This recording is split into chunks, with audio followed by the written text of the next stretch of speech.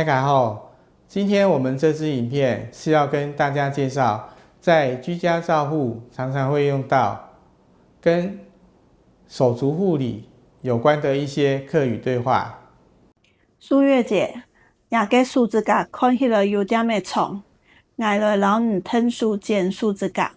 好，我俩下模组发看唔清楚，无法度去加剪手指甲。剪指甲要到较光的地方，看清楚怎来剪，怎唔会剪到肉。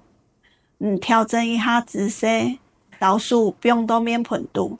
好，请问你，因为对小人老痛的感觉较无准，温水落到指甲唔低，所以用一般的温水就好。吃到也水，要特人也系特小毛。唔会，也温度拄好。好，老鼠不用到面盆度浸7到10分钟。挨老唔嘅树出走来。好，请问你，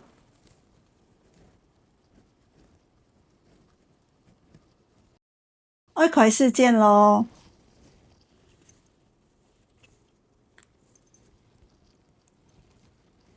迄有嘛该无爽爽，要随时老挨讲哦。好，拍摄我手指甲又喷又硬，帮唔好剪，麻烦你哦。剪好咧，你按生意剪到清澈，不过皮肤有点黑，唔点用办呢。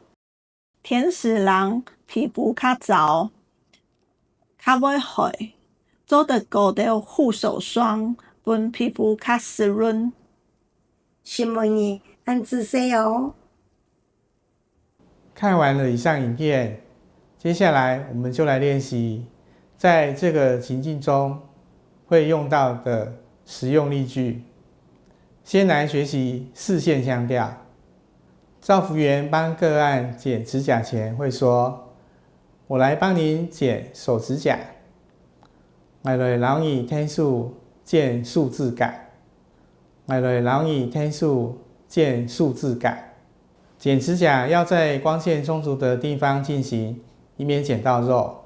我们会说，剪指甲要在光线充足的地方剪，看清楚再剪。剪指甲要在较光的地方剪，看清楚再来剪。剪指甲要在较光的地方剪，看清楚再来剪。为使指甲软化，照服员请个案把手放进水里，会说：“把手放到脸盆里。”老鼠放伫面盆度，老鼠放伫面盆度。为确认个案对水温的体感情况，照服员会问说：“您觉得这水会太冷或太热吗？你知道这水会太冷？”也是特小毛，你知道这水会特人，也是特小毛。照服员会贴心提醒，过程中如果不舒服，要随时反应，会说：“若有什么不舒服，要随时跟我说哦。”迄有嘛该无爽爽，要随时拢来讲哦。迄有嘛该无爽爽，要随时拢来讲哦。接着，我们来学习海陆腔调。